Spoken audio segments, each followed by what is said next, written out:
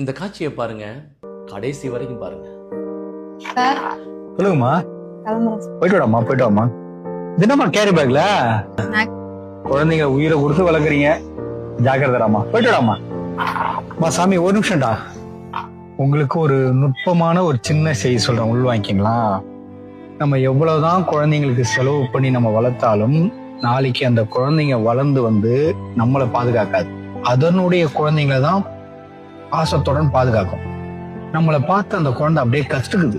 அப்ப நம்ம என்ன செய்யணும் அப்படின்னா, நமக்கு நம்மளுடைய முன்னோர்கள், அதாவது அப்பா இருக்கலாம், அம்மா இருக்கலாம், பெரியம்மா, சித்தப்பா, தாய் மாமா, யார் ஒன்னா இருக்கலாம், நம்ம பெரியவங்களை எந்த அளவுக்கு பாதுகாக்கிறோமோ அதை அந்த குழந்தை பார்க்கணும். பார்த்து வளர்ந்ததுன்னா அது பெரிய நானோடனே, நமக்கு வயசானோடனே அந்த குழந்தை நம்மளை வந்து பார்த்துக்கணும். இதுதான் உளவியல் சொல்லுது. ஸோ நம்ம வெறும் பணமா கொடுத்து செல்லம் கொடுத்து வளர்ந்துட்டா அந்த குழந்தை நம்மளை பாதுகாக்க நினைச்சீங்கன்னா ஏமாற்றம் தான் மிஞ்சம். உண்மையிலேயே இந்த சகோதரருக்கு என்னுடைய பாராட்டுகளுங்க, வாழ்த்துக்களுங்க. உலகத்தில் நடக்கிற அற்புதமான விஷயத்த அழகான முறையில் சுருக்கமாக சொல்லிட்டாருங்க.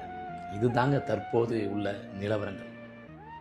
நாம குழந்தைகளை எவ்வளவு கஷ்டப்பட்டு பொத்தி பொத்தி வளர்த்தாலும் அது பெரியாள் ஆனதுக்கு அப்புறம் அவங்களுடைய குழந்தைகளை தான் பொத்தி பொத்தி வளர்க்குறாங்க. ஏன்னா நம்ம அப்படி வளர்த்துருக்கோம் குழந்தைகளை. அதனால் உங்களுடைய தாய் தகப்பனை நீங்கள் வந்து கண் கலங்காமல் நீங்கள் வச்சுக்கிட்டீங்கன்னா உங்களுடைய குழந்தைகளும் உங்களை கண் கலங்காமல் வச்சுக்கிடுவாங்க.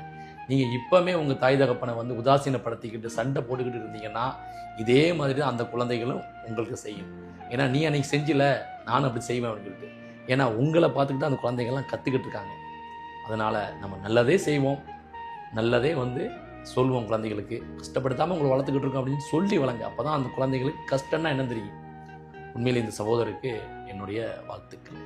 நீங்களும் இவருக்கு ஒரு வாழ்த்து சொல்ல மறந்துடாதீங்க. நம்ம வெறும் பணமா கொடுத்து செல்லம் கொடுத்து வளர்ந்துட்டா அந்த குழந்தை நம்மளை பாதுகாக்க நினைச்சீங்கன்னா ஏமாற்றம் தான் மிஞ்சம். என்ன செய்தி சொல்லணும்னு தோணுச்சு மகளுக்கு, அதனால சொன்னேன். ஜாகிரதையா போயிட்டு விடாம.